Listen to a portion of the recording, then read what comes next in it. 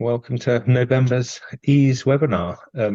I'm your host for this session today, EASE past president Duncan Nicholas, and we're joined today by James Butcher from Journalology and other consultancies. How are you today, James? Thanks for joining us. No, really good. Nice to be here. Thank you for the invitation. No, our pleasure. Looking forward to a session today. I'll shortly hand over to James to introduce the session proper, take us through today's event. But first, I'm going to see what's coming up with our EASE events program. This is one of our monthly member webinar events that we run for members and non-members. And we also run monthly get-togethers, informal chat about various topics.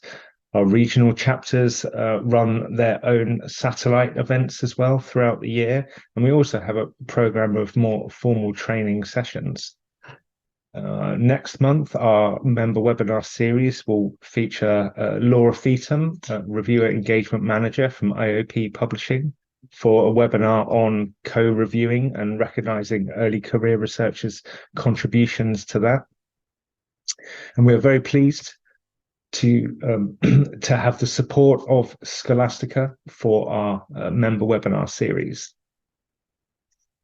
Our Indian chapter next month at the start of December is holding this webinar on the fundamentals of alt text, exploring the basics, applications and tools for writing alt text to give all participants of this webinar some insights into why alt text matters, not just for accessibility compliance, but for very practical fostering of more inclusive digital environment for everyone. And our December get-together will be an informal discussion session with me hosting again, talking about the changing face and places of social media, the kind of ways people like to receive information, such as video formats and webinars like this one, or short little clips, reels on social media, or like formal documentation. Do you read like guidelines, or do you subscribe to newsletters? A discussion around all kinds of information gathering, where we get our news from. Before I hand over to James to take us through our main event, I would like to give a bit of housekeeping about the format of the session today. Everyone is already introducing yourselves in the chat. Fantastic. Keep doing that, and keep using this chat for comments and observations throughout the session. So James will give a short presentation followed by prompts for discussion, and will encourage a lot of live participation of people speaking. So if you would like to say something during the session, mention it in your comment, and we can upgrade you to a panelist, and you can speak and be involved in the discussion, and we can keep adding people the more people want to speak and join in the conversation for this session.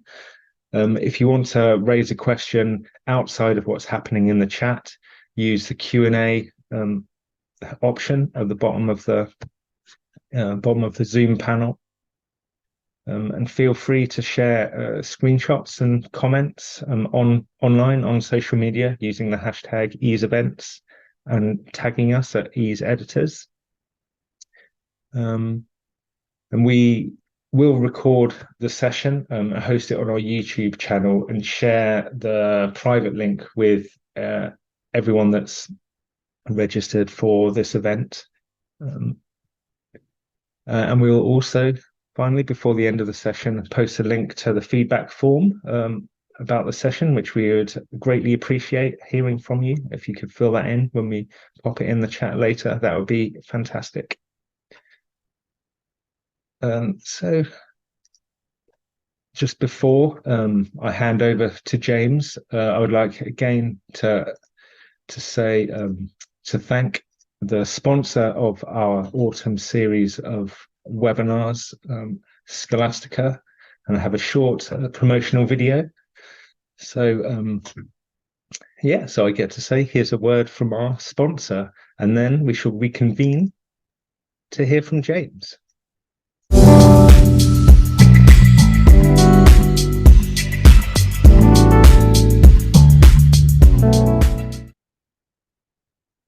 This EASE webinar is sponsored by Scholastica, a leading scholarly journal publishing technology solutions provider.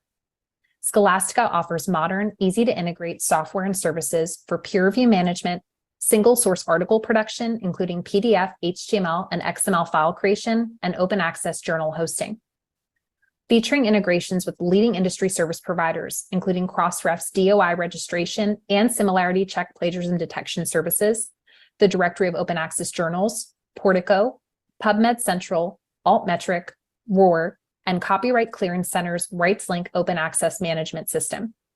Scholastica's mission is to empower scholarly organizations to publish top-quality, standards-aligned journals more efficiently and sustainably than traditional options, so they can focus on furthering their missions. We believe peer review and publishing should be as efficient and enjoyable as possible. That's why we design our solutions with all users in mind. Our software features an easy migration process, intuitive interface, and unlimited access to customer support for editors, authors, and reviewers.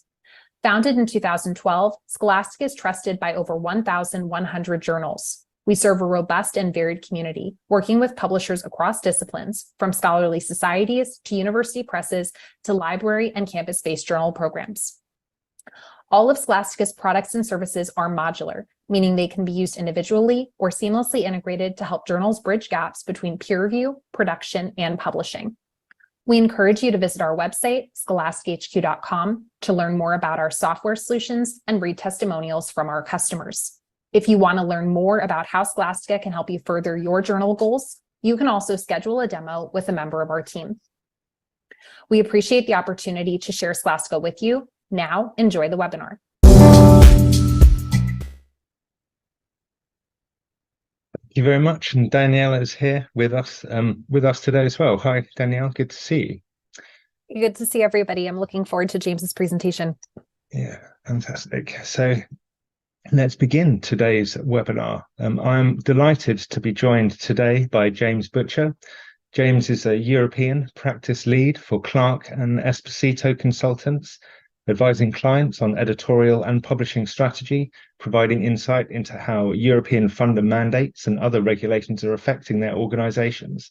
He also writes a weekly newsletter for journal editors called Journalology, which provides updates and insights into developments in scholarly publishing, which I'm sure many, if not all, of you are very familiar with.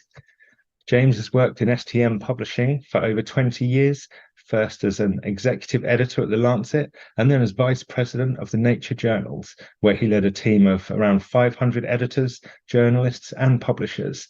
He gave us a fantastic session at the EASE conference in the summer on building influential journals, and I'm very much looking forward to hearing him speak and leading the discussion today. So thank you very much, and over to you, James. Right, so today we're going to be talking about something which I think is really important and increasingly important as more journals become open access, and that's around how editorial performance should be monitored, in other words, targets set, evaluated, and also how editors should be compensated, incentivized for their efforts. And I think, you know, one of the reasons that this is important is because the role of editors and publishers, I wouldn't say it's changed, but there's more tension perhaps between those two groups, or different types of tension might be a better way of putting it, than there was over the last 10 years because of open access. So what I'm going to talk you through today is start off with setting the scene a little bit about the roles of editors and publishers.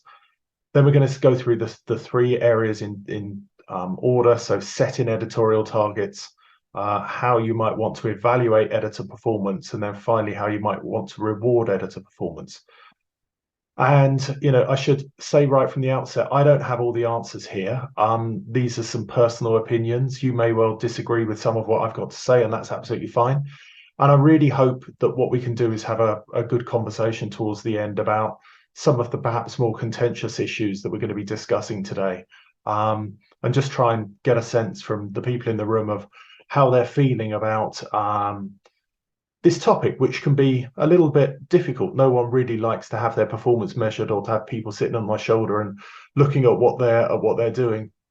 So there's definitely, some challenges there that we need to think through. So let's start off with the role of editors and publishers. And I think I've used this quote quite a few times, but it sums up really nicely, I think, some of the tensions, the cultural changes that we're going through as a community at the moment, particularly around the debates around quantity versus quality. So this is from my old boss, Richard Horton. The new incentive for some publishers will be to persuade their editors to accept and publish more papers, but not necessarily better papers. This change in culture and incentives is not insignificant. It's actually historic. The entire foundation of the integrity of the scientific record is shifting. And I think, many of you are living and breathing this now in terms of journals that were at one point fully subscription. Perhaps they're hybrid, perhaps they flip to open access. Perhaps they're fully open access and have been from the beginning. But this sense of you publish more papers, you make more money, definitely creates a tension between the publishers, the commercial side, and the editors in terms of their output and what they might want to be doing. And for me, fundamentally, this is the problem, and it's hugely simplified. But this is for many journals, the underlying problem. And it's all about revenue per article. So with my publisher hat on, so I've been an editor and I've been a publisher. I can see and have seen both sides of the argument, if you like.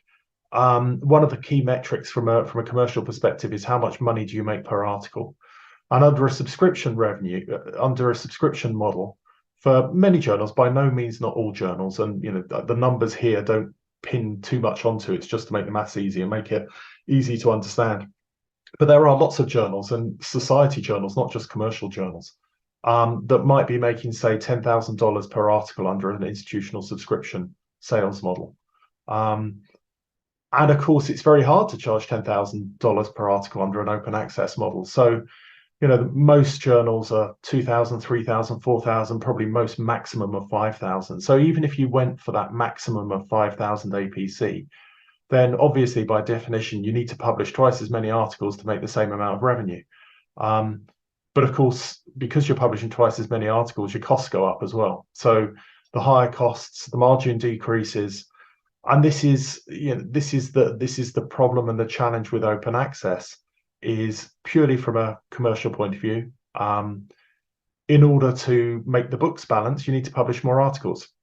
And of course, this introduces some tensions between editors, who often want to keep the article volumes low because it helps with their impact factor. And often editors just want to create selective journals, not always, but often. And publishers who are, some of them are trying to maintain their profit margins. Some of them are just trying to balance the books. But this is one of the problems with the OA business model. So editorial independence is something that I think needs to be thought through carefully. And especially in terms of setting targets. What does that mean? So I've taken some text here from the WAMI website, the World Association of Medical Editors, which has a whole host of different things around editors-in-chief and owners on what the responsibilities are. So here's one extract. Editors-in-chief should have full authority over the editorial content of the journal, generally referred to as editorial independence. Editorial content includes original research, opinion articles, and news reports, both in print or electronic format, and how and when information is published. Owners should not interfere in the evaluation, selection, or editing of individual articles, and that's my highlight, either directly or by creating an environment in which editorial decisions are strongly influenced. So another way, my reading of this, and the way that I've always thought of this throughout my career, is editors should have complete authority, ability to make decisions about which papers to publish. But how many papers to publish has to be a discussion between the editors and the publishers. And fundamentally, it's down to the publishers, I would argue. And I think perhaps some of you may disagree, and that's fine. We can talk about it. But the publishers are the ones that are looking after the profit and loss statement and are trying to balance the books with their costs. And obviously, if you publish more articles, you incur more cost. So it needs to be a dialogue. It needs to be a discussion between editors and publishers. But to my mind, editorial independence does not mean that editors can publish as many papers as they want on whatever topics they want. There has to be a dialogue between the owners of the journal and the editors who are looking after the content for a period of time. Okay, so that's kind of an overview, and then we're going to go through and start thinking a little bit about editorial targets and what you might want to set. And I suspect a lot of this is either common sense or you're already doing it. But I hope there might be a few nuggets in here that might be helpful to you. So I think hopefully this is common sense, and you understand this. But I've seen an awful lot of journals where editors don't have contracts. So editors need to know what's expected of them. They need to have a formal contract that defines their roles and responsibilities. They need to understand what their workload is likely to be. I mean, obviously, during times like the pandemic, things change. You need some flexibility, but they need to have some sense of expectation of what they would be expected to do. And I would argue that if you've got a journal that's increasing submissions, it's better to add more editors rather than to increase the workload and potentially also the compensation of existing editors. And there's lots of reasons for that, but I think the main one is overworked editors provide a bad author service. It's clear from various bits of evidence, and also you can do the maths yourself in terms of caseload. The more papers that an editor is handling, the slower they're likely to be. They just simply can't keep up. So it's better to have editors who have a decent workload, don't have too much, who can provide a good author service. And that's part of their contract. They need to understand what's being expected of them. And then some KPIs, some editorial KPIs. There's 2 pages here. It's a selection. There's lots of other ways that you can do it. So on the left here, editorial decisions. So percentage of submissions that are sent out to review. The acceptance rate, both in terms of the percentage of the total number of submissions, but also in terms of the percentage of the papers that are peer reviewed. So you want to get a sense of the journal, but also the individual editors. How many papers are they sending out, and how many of those papers are being peer reviewed and then ultimately accepted? Because what you'll find, I think, when you look at a large number of editors, is there's wide variation. So some editors may send out lots of papers but only accept a few. Some may send out a few papers but accept a high proportion of it. And ideally you want a common, I would argue, a common set of guidelines and principles across the journal where most editors are behaving in roughly the same kind of way. So the number of editorial decisions made per month might be a good metric in terms of workload. The referee requests made per paper, how many rounds of review. Some editors you might find insist on sending papers back to reviewers multiple times, which isn't good for the peer reviewers, isn't good for authors. It can often sometimes mean that the editors, rather than making a decision themselves, are trying to push it back to the reviewers to do that for them. There's lots of issues around some of these metrics. So then we move on to turnaround times on the right. Metrics would be important. That first decision, so are you going to send it out to review or desk reject? Probably one of the most important editorial metrics. No author wants their paper hanging around for months and then to get a desk reject. And then time from submission to acceptance, so the proportion of time that are papers with the editors, with peer reviewers, with authors. And obviously what you're trying to do as an editorial team is make sure that any bottlenecks aren't with you. I mean, if the authors take months to revise their paper, to some degree, that's their choice. What you don't want is you and your team being the ones that are holding the paper up. And then finally, that production piece, the time from acceptance to publication. But most of the time, the times that authors really care about is that time to first decision, and also how quickly it takes to accept and publish the paper. And then second one, it depends on the size of your portfolio, but transfers are increasingly important. So these are papers that are rejected by a journal at the top of the transfer pyramid and then transferred down. So the number and percent of rejected papers that are offered a transfer, the proportion of authors who are offered a transfer who actually agree to the transfer. So the authors always have ultimate control over the paper. It's their paper, they can decide what to do. So you can offer them a transfer, but often a large majority will take it elsewhere rather than agreeing to that transfer. So you want to have a handle on that metric. The percent of papers that are transferred and sent out to review. In other words, if the authors are offered a transfer and they take up that offer, they then aren't sent out for review, that's not necessarily a great author experience. You want to get a handle on, is the downstream journal doing, taking up their part of the bargain and giving the author a good chance. And then fundamentally the proportion of papers after transfer that are accepted. And then of course there are other KPIs. There's many things that I haven't included here. This is just a snapshot. Editorial board diversity is really, really important. Author satisfaction. We've talked about caseload, workload. There's lots of things that the editorial team as a whole and the editor-in-chief in particular, working with the publishers, really need to have a good handle on and be clear on what's happening, but also more important in many ways, which levers can they pull to improve things. So, there's a risk that you can have analysis paralysis with dashboards with thousands of metrics on there, which everyone's struggling to keep on top of. What really you really want to pare it down to a few metrics, the ones that are really important. I haven't got anything in here, for example, about editorial pipeline. If there are papers stuck in the system, you need to be able to identify that early. But you want a few metrics, and then you need to be able to effect change to get things back on track.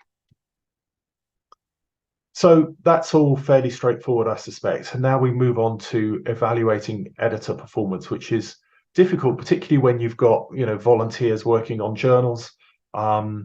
Maybe they're being paid a small stipend, but trying to, in an appropriate way, monitor their performance, help them to get better, is not necessarily an easy thing to do. And I think one of the key tenets must be that editors should be treated fairly, both within a journal, an individual journal, and also between journals within a portfolio. So on the left here, within a journal editorial team, there's nothing that winds editors up more than, in my experience, is when you have people who aren't pulling their weight and meeting the targets that everyone's agreed to. So you need to have some sense of accountability. You need editors across the board. If people aren't doing what they need to do, that's just going to cause resentment within a team. But you also need to realize that editors have different responsibilities. So, maybe some are doing commissioning, some are maybe involved in the social media or outreach or something else. Others are handling all the papers. But whatever their responsibility, they have to feel appreciated. They have to have their contribution valued. And, that sense of fairness has to underpin any sense of evaluation. But it's also important between journals in a portfolio. So you don't want one set of editors feeling hard done by compared to another set of editors. You need to create a team environment across a portfolio. So, for example, you may find that the flagship journal, obviously it's important, but their editors aren't necessarily, shouldn't be given preferential treatment within that portfolio. And then similarly, what you really want is a team environment within a portfolio. So the editors of journals should be working collectively to make sure that their authors, their community gets a high quality service. And unfortunately, this doesn't always happen. So sometimes you can end up with editors are care more about their journal rather than about their journal's role within a wider portfolio, which is to some degree, it's human nature. That's the way it's not surprising.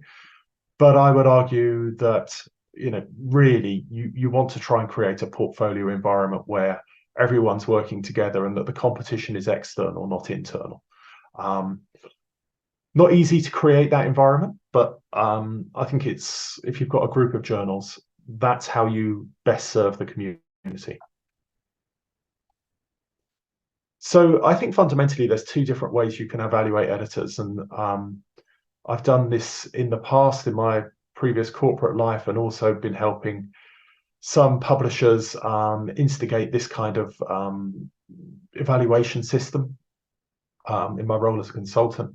And fundamentally, I think there's two ways that you can evaluate editors. You can either compare an individual editor with the other members of the editorial team, okay? And you can create a dashboard that allows you to identify the high and low performers within that editorial team. So you might have all the different KPIs, and you can compare within that team how well they're doing against those KPIs. So you might, for example, if you had a large editorial board, and I think probably 20 plus, you might want to split that editorial board into quartiles for each KPI.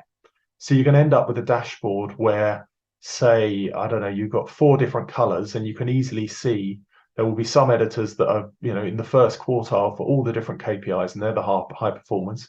You'll have some editors who are a little bit of orange and a little bit of red and a little bit of green across, across the different KPIs, and you will see probably some editors who are red across the different KPIs.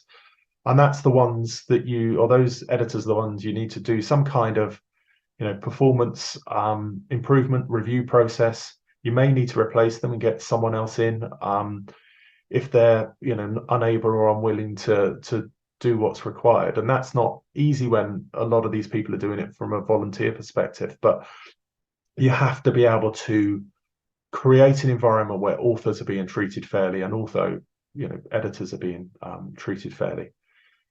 The other way of doing it is to, collectively agree up front what the KPI is. So, for example, if you want time to first decision, you say, right, well, between us, we're going to make our first decision within 7 days of submission. And then it could be a month, it could be a quarter, it could be a year, you would set up the KPIs for whether the editors have either hit that KPI or missed it, so either green or red. And again, you'll be able to do it, set up a dashboard so you can see which editors are mostly green, which are mostly red, who are struggling, who might need some extra support. So this is based on whether they're hitting a pre-agreed KPI. So there's no internal competition on the right-hand side here. It's just, have they met their pre-agreed targets? But the most important thing is you need to set this up front. You can't just suddenly throw a dashboard at an editorial board meeting and say, these are the people who have missed their targets, these are the people who have hit them. It has to be agreed up front with the wider editorial team before you even start measuring it. There needs to be a collective action on what that editorial team is agreeing to do in terms of their performance and how they're going to provide a good author service, because that's fundamentally what it boils down to. From both an editorial perspective but also a commercial perspective, good author service is what you want, because happy authors come back and resubmit and hopefully bring a better paper to your journal next time round. So yeah, everything should be about author experience, providing a way of making sure that authors are treated fairly. And that means that editors need to do what's required of them in terms of making fair decisions, but also doing things in a timely way. Okay, so then finally we come to how you might want to incentivize or reward editor performance. And coming back to that same whammy document, the editors should be compensated for their work on the journal in a manner that does not create a conflict of interest for the manuscripts they consider. And I think this is the key bit, and this is the bit that I worry about with open access. And perhaps I'm worrying unfairly, but I suspect that there are some journals where the editors are receiving some kind of, could be a bonus, it could be compensation based on the number of papers that they accept. And I think that's a real problem. And I would love if collectively the community could come up with a set of guidelines about what's acceptable in terms of compensation, of how editors should be. I mean, clearly editors should be paid for their work, right? They're put in lots of time and effort. I'm not suggesting they shouldn't be compensated for their efforts, but it's about when that compensation is tied to volume of papers, that's potentially problematic, because then there's a there's either an actual conflict of interest or a perceived conflict of interest, whereby perhaps editors would be willing to widen the editorial scope of the journal because they're trying to increase volumes. And so in other words, I don't think this is necessarily just the publishers imposing this on the editors. I've heard anecdotal, and it's just anecdotes of editors when they're trying to negotiate a contract, building in a bonus structure based on the number of articles that they publish. The editors are asking for that. So I don't know, maybe I'm being overly sensitive, but for me, this is something I think we as a community need to think about, because under a subscription model, it wasn't really a problem. Under an open access model, it's potentially more of a problem. Potentially more of a problem. So then we think about compensation of the different types of editors. We'll start with the associate editors. So when I mean associate editors, these are the people doing much of the peer review, doing a lot of the day-to-day work. And they should probably, I would argue, be based on their workload. But crucially, I think often I've seen journals basing workload based on number of submissions, whereas I would argue it should be based on the number of papers that are sent out for review. So as an example of that, if you've got a sound science journal that's sending out 80% of the papers that it receives for peer review, then obviously the editors on that journal will have a much higher workload than editors working on a selective journal that only peer review 20% of the papers that come in. Because obviously, you will know as editors that handling a paper all the way through peer review takes a lot more time and effort than doing a desk reject. So basing workload based on number of submissions, I think is across a portfolio can create unfairness. So you need to create some kind of metric whereby you can look at workload and compensation based on how much work they're actually doing. It doesn't have to be absolutely perfect. There's always going to be, differences between journals and within a journal. But as much as possible, try and make it fair. Because if you don't, then it just creates bad feeling within a wider portfolio or within a team. Because people talk, understandably. Where it gets much harder, I think, is around chief editor compensation. So often the editors-in-chief will receive a much higher compensation than the associate editors, even though, and it does vary by journal, but sometimes the workload is significantly lower. Sometimes, the chief editors are doing all of the work, and that in itself is a problem. When you've got a chief editor doing 80% of the peer review, that creates a problem whereby if they become sick or incapacitated, then there's no shared responsibility across the journal. But in terms of compensation, editors-in-chief often get more than the associate editors.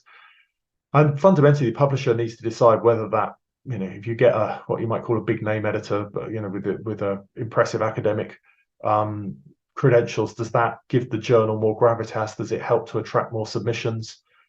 I think you should bear in mind that highly successful academics are often being pulled in 101 different directions, and so may not have the time to devote to a journal. And there's no hard and fast rules, and it varies considerably between journals and subject areas. Nobel Prize winners may well be on six figures. Others may only be on, $2,000-3,000. So it varies hugely. But within your portfolio, you really want to try and be fair and at least have in your own mind a rationale for why the compensation is set as it is for whether it's the associate editors or the chief editors or the various other editors you might have on sitting on the journal. Fairness is really important. Okay, that's all I wanted to say today. I have some questions for you, but obviously I can also take your questions. So this is what I would be interested in. I've laid out my thoughts, but my thoughts, there's no way that this is hard and fast. So how should targets be set? How can article volume targets be agreed between editors and publishers in an appropriate way? I think that's a new problem that we need to think through. How should editor performance be monitored? I gave you some ideas. If you've got other ideas, we'd love to hear them. And then there's the reward and the incentivization part, and also the questions around workload and what a reasonable workload is. So I'm going to leave those questions up and hand over to Duncan in terms of, I don't know how you want to do this, and if people are going to have asked questions in the chat, I haven't been reading them. Yeah, over to you, Duncan. Yeah, we've got quite a few people that have volunteered to put their questions forward. But we do have, I guess I'll segue, we do have an anonymous question in the Q&A box. So I might start with that just to throw this in, because it's a good question that relates not just to editors, but to reviewers as well. When we see a lot of people that kind of urging publishers, especially the big corporate publishers, to compensate the reviewers for all of the work all the reviews that they do. So the question is regarding the editor compensation for papers that are peer reviewed versus those that are desk reject. Wouldn't that discourage desk rejection to get the number of compensated papers up and risk wasting reviewers' time on papers that would otherwise be desk rejected if there wasn't this compensation system to game, so to speak? No, well, this is, yeah, I mean, that's a fair point. But I think the way that you would get around it is you would say to an editor, we expect you to peer review, say, I'm making the numbers up, 100 papers a year, right? So then it's not, so, that's what we expect you in terms of workload, is to peer review 100 papers a year. You should select the best 100 that you want. We don't want you to pay. If submissions increase and actually we need to peer review 200, then we're going to add an extra editor. We're not going to, because I think that way you avoid any sense of gaming the system. It's editors making a decision on which papers to peer review because they think that's the best. And I don't want to, life isn't this simple in terms of, journals need to be flexible, and I'm not trying to suggest that you hit your 100 target and then down tools. Of course you can't do that, but it's about trying to create some element of fairness within a portfolio. I think it's important. Yes, that's a good that baseline kind of target of, yeah, as you said, 100 papers. Mohammed, would you like to unmute yourself? You had a question about differences between EICs and AEs. Yes, actually, I have a lot of questions. Can't quite hear you. Could you move your mic closer to your mouth, or vice versa? Excuse me. Yeah, that's it. No, it's okay. Yes, I have a lot of questions. The first question is, in the beginning of the presentation, you have talked about editors in general. We have 3 types of editors in general. The editors-in-chief that you have specified later, editors-in-chief and associated editors and managing editors. Some journals as ours, we have 2 managing editors, sometimes 3, because we have a lot of submissions. So when you was talking in the few first slides about editors, what type of editors you are talking about? Which of these 3 categories? So I was mainly talking about editors-in-chief and associate editors. Managing editor is a term that, I mean, actually all editor-in-chief, I think everyone can agree on. Associate editor, different people will interpret that in a different way. Managing editor, similarly. I'm mainly thinking about people who make decisions on papers, right? So in my mind, a managing editor isn't someone who makes a decision on a paper. I don't know whether you would agree with that, but that's the way that I think of it. So I'm thinking of these as editors-in-chief and associate editors. Yes, I agree with you. You use the workflow, the previous workflow before I joined the AASD journal was the managing editor had a little bit, he can reject some of the articles based on format problems with respect to the instructions to authors, but also if he considers it's out of scope. Later, I found it's more logical that one of the editors of chief, we have 6 editors on chief for our journal. One of the editors of chief take this mission. He will scan the submitted articles, manuscripts, and will decide which to review, which to sometimes he consults with the other editors-in-chief, and the managing editor will execute only his decision. And I agree with you that refusing, we have to refuse a lot, because we have around 1,000 submissions per year of manuscripts, so it's too much to deal with, to make previews. We do select within certain criteria. I want just to comment also on the evaluation of editors, associated editors. We use a lot of indicators, the number of submissions, the number of invitations we send to associated editors, the number of invitations accepted, number of invitations declined, the time he takes to. There are a lot of, actually, we have about 20 to 25 indicator, but still, we think that we are not able to do it objectively only by numbers. We found that we have to contact the associated auditors.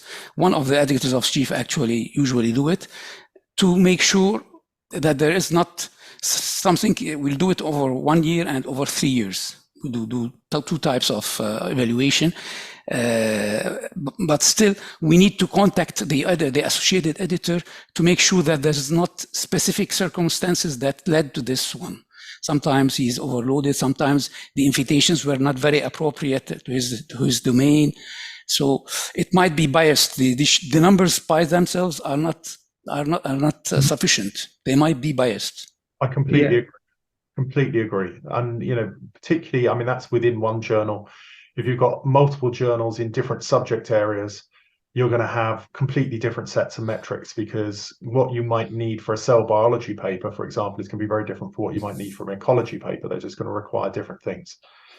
So it can't, I'm not for 1 minute suggesting you create a dashboard and just execute off the back of it. It's just about providing an overview that then you can have, a human one-to-one discussion with your colleagues to try and work out if there are problems. How can you support them? It's not, this isn't a vindictive, we want to, tell people off for not doing the right thing. It's about, you've got a collective team. How do you collectively provide the best author service? Because that's what it boils down to. And, if you have an editor who isn't performing, yes, that's a difficult conversation to have, but it needs to be had, because otherwise the authors are suffering.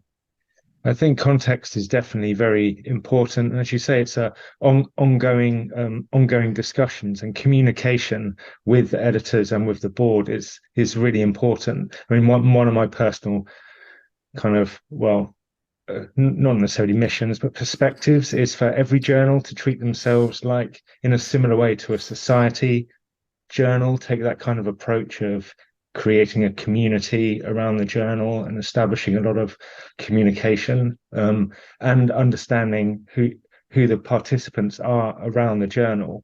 And on that kind of topic, I want to ask Baha to come up and speak. She had some comments about KPIs that relate to identifying who the journal community is.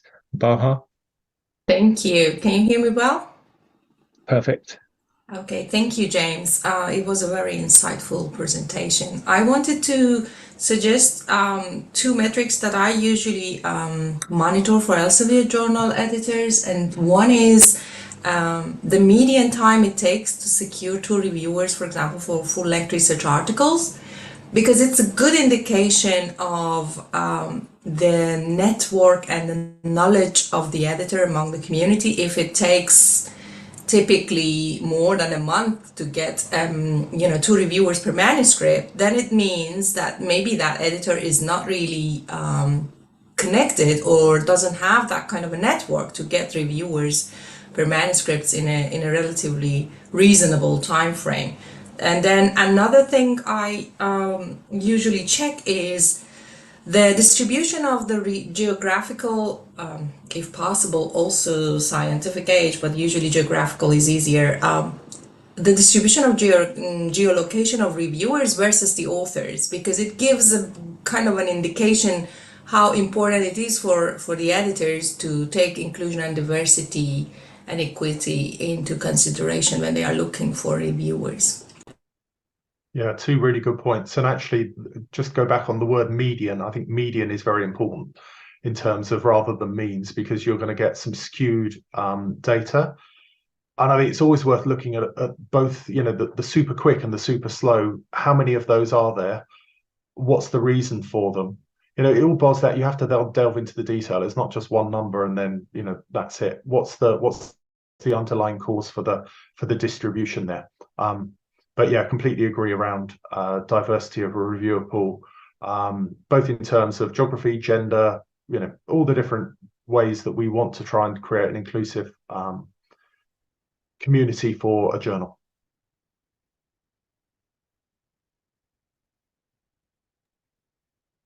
Yeah, thanks, Baha. Ursula, did you want to ask your question? Yeah, my question was about the turnaround time KPIs that you had identified. And obviously, in a competitive market where authors might be comparing across journals, how would you recommend benchmarking those? Because they would vary a lot by, word count of content or complexity and so on. So to get an idea of how the journal is performing, do you have any advice about benchmarking? Yeah, it's a good question. I mean, there is no, as far as I'm aware, central database. I mean, people like Christos, Peru occasionally put turnaround times that give you some kind of indication. For PubMed, you can download the data. For many journals, they will have submission time, acceptance time, publication time as fields. With a bit of Excel jiggery pokery, you can create your own benchmark against your competitors if you've got a Medline journals. I've done that in the past. It's a bit of a pain. None of this is publicly available data. You just need to, it's publicly available data, but it's not aggregated, so you have to do it yourself. The problem with some kind of public benchmark is people are just going to game the system. I mean, you already see it. I think there's a lot of the journals with super fast turnaround times is they never revise a paper, right? It's either accepted or rejected after peer review.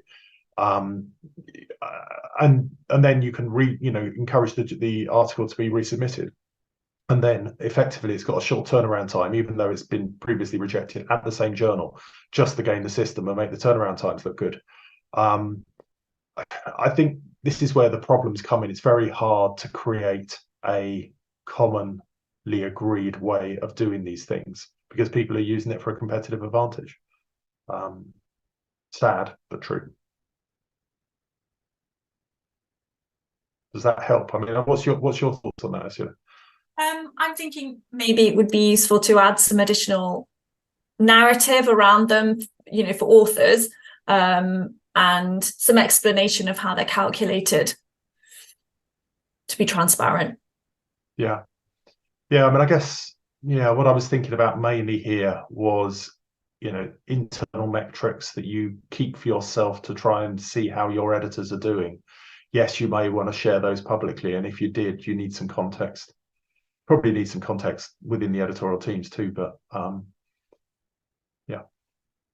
I think related to that is the idea of sharing each of the, maybe say, associate editors, their kind of statistics with each other as well. And because in the past, I've worked with different journals that have been happy, that editors have been happy to just show everyone all of their stats, make it like some friendly competition, but also to demonstrate to people who's doing the work. And it helps to add in that context that we spoke about earlier in your presentation about the different roles that the different editors have, can explain why their times change, so everyone can see, oh, they're just the stats editor. They only get a couple of papers a year that are really problematic. So the context is quite important, I think, there. Yeah, again. I think having collective responsibility, so sharing the data at a journal level, how are you doing at a journal level for the different KPIs, and then how the individual editors make up that, I think can be helpful. I mean, it needs to be done in a delicate way, because you don't want an editorial board meeting where someone's being beaten up over it. On the other hand, if there's a problem, it needs to be dealt with. Ideally, it would be dealt with privately beforehand, I would argue, rather than someone being publicly shamed. But having those data available for everyone to see, I think will help everyone to get on their A game and want to take part and do their do their best for the journal. I think there is certainly a lot of misunderstanding. I guess each level and each subject area differences in how long processes take, and quite a lot of different expectations. So yeah, that kind of transparency has lots of practical uses as well. If we have another question from Marion. Do you want to ask your? Yeah, thanks. I think this ties in quite nicely as well with what you were just talking about dealing with these things privately, as you said. So my question's around, how do you hold editors accountable? So you set these KPIs and you've spoken about rewarding and incentivizing them. And you've said if they're not meeting these KPIs, performance review or replacement might be needed. How do you hold editors accountable to this? And what if they have good reasons or explanations for why they're not hitting their KPIs? If we take, say, desk rejection, which was one of the metrics you suggested, a certain percentage or a certain number of papers sent out to peer review. If the editors aren't doing that, what do you do with that? Well, I think it comes right back down to you need to have a conversation, because the individual reasons will vary by editor. So, what I'm not advocating for is a dashboard that you just look at and then immediately have a knee-jerk reaction off the back of it. You can't possibly, you can't do that. I think also it boils down to, is the editor an in-house member of staff, a salaried member of staff, versus a volunteer who's trying to fit it in with their academic work, their teaching work, their clinical commitments and everything else. Editors do a huge amount for the community. And I would argue that those of us who are working in a professional capacity should be there to support them and help them, and do whatever we can to try and make it easy for them. So I think obviously to start with, you want to create an environment where people can have open and honest conversations. And if it's just like, I can't do the work, I'm struggling with other commitments, that's fine. But maybe that work needs to be reallocated to someone else because they're unable to do it. It's just about delving into the detail for that individual, and working out why there's a problem. But I think for volunteers, it's difficult. And I think also when you've got volunteers and an editorial board who all know each other and their colleagues, people are very reluctant to be unpleasant to their colleagues and people who are, they've worked with for a long time. So it has to be done delicately. It absolutely has to be done delicately. Yeah, So Joan. Sorry, Marianne, go on. Just to clarify a little bit, so do you think it's fair? So, for example, if we're talking about the role of the publisher, who's not there to make decisions on individual papers, and the editor has editorial independence, is there still a place for a conversation to be had asking the editors why they're making certain decisions, even if it's not being dictated, as part of understanding the context for these dashboards and these KPIs and all these metrics? Yeah, I mean, it boils down to how you want to set it up. I mean, I would argue the editor-in-chief should be responsible for the editors, but the publisher shouldn't be part of it. The publisher should be setting or agreeing with the editor and the editorial board the targets that they want to meet. But the editor-in-chief should be running their journal. The publisher shouldn't really be involved. I mean, yes, they can be providing the information and helping with create the underlying data. But the editor-in-chief, it's their journal and their editorial board, and they would, I would argue, be the ones that should be having those conversations rather than with the publisher. There's always outliers and there's always an example of where the publisher needs to get involved. But I think on the whole, the management of the editorial team really should be done by the editor-in-chief, wherever possible. And the management of the editor-in-chief? Is through the publisher, because that's fundamentally who they or whoever they report into. Yeah. Okay.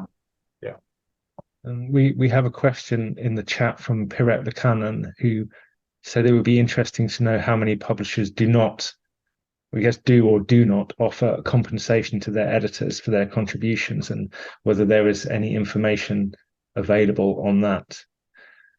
So I think there's a few organizations that have done benchmarking. So Clarke and Esposito, that I'm associated with, has one. You have to you take part pay to be part of that, and then are able to see all the other data sets. There are some other data sets available, I think. If anyone knows them online, shout. But there's nothing fully available. This is the sort of thing that isn't transparent. Perhaps it should be, but it isn't. Yeah, I can imagine there's lots of confidentiality. That would be a kind of contractual agreement between the journal and the individual. And I think quite often those are not particularly transparent for various reasons. So it would be... I can say that in France, most of the editors-in-chief are not rewarded, they are not incentivized, at least with respect to money or something, but just it's academically.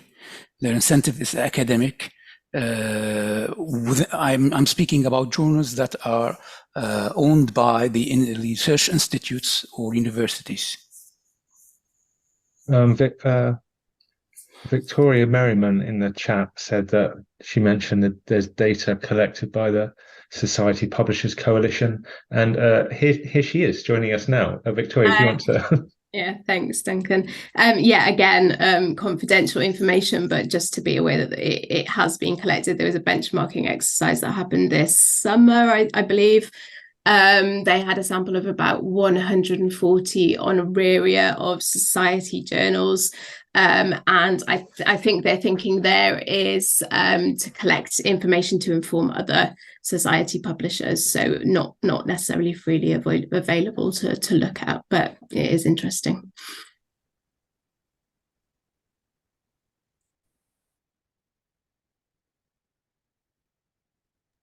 Oh, I lost my place there. Jessica Hill also. Did you want to add anything else to that, Victoria, or was that your question and comment? I think Mary was asking me to just represent a few people's opinions in the chat. So Joan Marsh said, targets should also vary according to the experience of the editor. We need to give new people time to learn the job, which is a really valuable point. Shalini Garg said, also people are different. They're not robots with the same speed, and each may work with a different speed. And that's where I jumped in and said, so for context, I work at a physics publisher.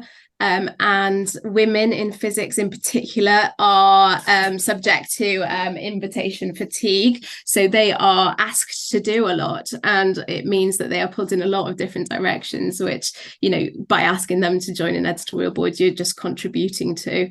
And then you also have to think about things like challenges like childcare or disability or what have you as well. So just a DEI perspective there.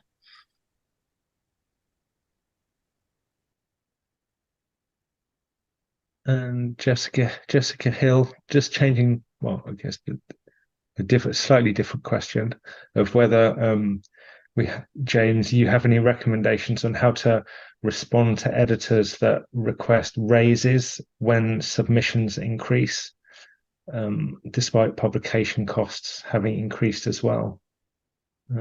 Yeah, I mean, this doesn't really answer the question, but I would argue that you need extra editors rather than to increase the compensation of the existing editors, because what happens is they'll just be overworked. That doesn't help with the cost. I mean, I guess it depends on the journal. So if you've got, and this was always the problem with under the subscription model, is if your submissions increased each year, but you had a page budget and you could publish, say, 150 papers a year, that meant that the journal over time became more selective. So submissions go up, acceptances stay the same, but the acceptance rate drops. But of course, the editors, so you're not generating any more cash from a publisher perspective because you're publishing the same amount of papers and it's a subscription model, but your workload collectively is increasing. One of the good things about open access is if submissions increase, and as long as the quality of those submissions is as good as what you're normally accepting, you can accept those extra papers, incur the extra costs, but also incur the extra revenues, and then there's money for extra editors. And that, from a purely practical point of view, does make, helps with that OA business model versus subscriptions, because, subscription business model is definitely a problem when you have a popular journal, and I speak of someone from personal experience of this, when you have submissions rapidly going up and you can't add extra editors, that is yeah, as you say, a difficult conversation.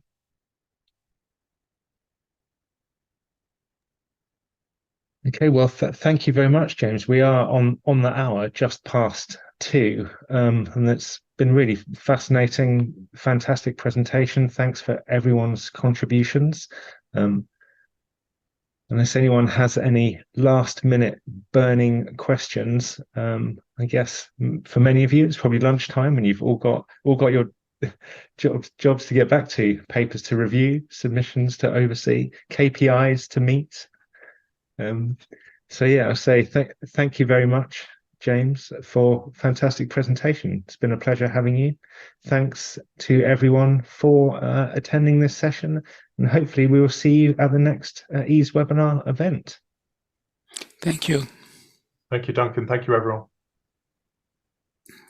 And if you haven't already subscribed to James's newsletter, I can't recommend it highly enough. It's fantastic.